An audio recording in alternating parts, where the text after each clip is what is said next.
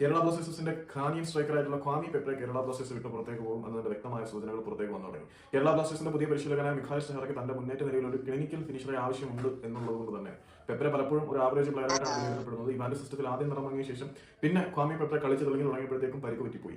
ക്വാമിക്ക് പരിക്ക് പറ്റിയപ്പോഴാണ് യഥാർത്ഥത്തിൽ പെപ്രയുടെ വില എന്താണെന്ന് നമ്മൾ മനസ്സിലാക്കിയത്. അതിന്റെ പേരിൽ നമ്മൾ ഒരുപാട് സങ്കടപ്പെട്ടിട്ടുണ്ട്. പക്ഷേ ഇപ്പൊ പ്രീ സീസൺ മത്സരത്തിലും കഴിഞ്ഞ കളിയിൽ ക്വാമി പെപ്രെ ഗോളടിച്ച് കേരള ബ്ലാസ്റ്റേഴ്സിന്റെ ആരാധകർക്ക് ഗൂസ് ബംബ് നൽകിയെങ്കിൽ പോലും പ്രകടനത്തിൽ അത്ര കണ്ടൊന്നും മിഖായിൽ ആശാൻ സാറ്റിസ്ഫൈഡ് അല്ല എന്ന് വേണം മനസ്സിലാക്കാൻ. അതുകൊണ്ട് തനിക്ക് മുന്നേറ്റ നിരയിലേക്ക് ഒരു ക്ലിനിക്കൽ സ്ട്രൈക്കറെ ആവശ്യമുള്ളത് കൊണ്ട് തന്നെ ക്വാമി പെപ്രയെ ലോൺ അടിസ്ഥാനത്തിൽ മറ്റേതെങ്കിലും ക്ലബ്ബുകളിലേക്ക് വിടാനാണ് തീരുമാനം എന്നാണ് അറിയാൻ കഴിയുന്നത്. ഏതെങ്കിലും ഐ ലീഗ് ക്ലബ്ബുകളിൽ ഇനി പെപ്രെ കളിക്കുന്ന കാശ് നമ്മൾ കാണേണ്ടി വരും.